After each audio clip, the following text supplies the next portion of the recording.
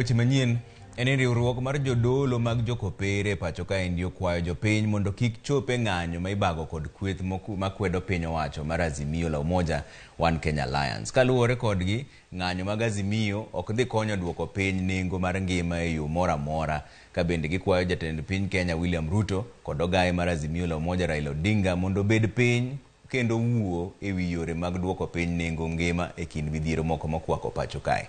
Jafwambo marwa Wino nigiler mar wachni. Ndalo achiel kende bang' ogai mar Azimio Raila Odinga lando ni Azimio dhi bago ng'anyo margi chieng' wuok tich kod chieng' tich ang'wen juma ka juma kochakore juma manyien, riwruok mar bishop mag jokopere pacho kae owuok oko motegno kendo kwayo jopiny mondo kik yuor e ng'anyo makamago.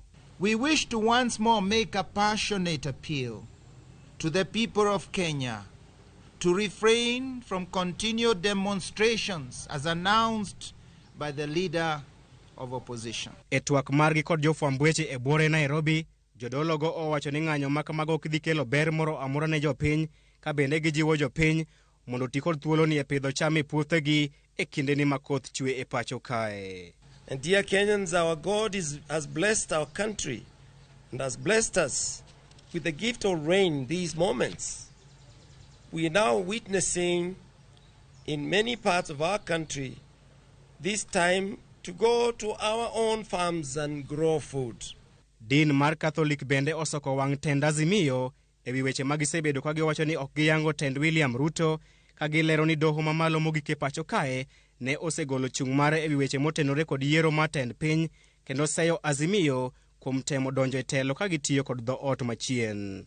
The call that the current government must resign and be replaced by the leader of Azimio la Umoja by acclamation is dangerous. We should not entertain any goal that seeks to use violence or force to take leadership. E kindeno, jodolo go okwayo jatend piny Dr. William Ruto mondo tim twak kod ogai mar Azimio Raila Odinga e wi yore mag miyo jokenya fuong'ro kaluwore kod midhiero mokwako pacho kae, kaka idho malo e nengo mar ngima, weche mag oro, kaachiel gi onge mar tije e kind rowere. We come here today to plead and ask our President, His Excellency William Ruto,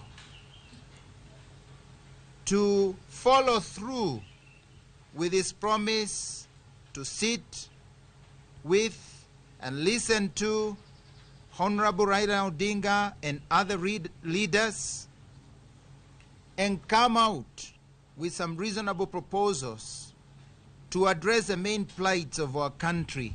Ne gidiro apilo e wang' jatend piny Dr. William Ruto e wi okang' mar gwelo jolup jotend migepe 52 e kinde ma piny Kenya to kale midhiero mathoth kaka oro kod idho malo e nengo mag chiemo e kind weche mamoko.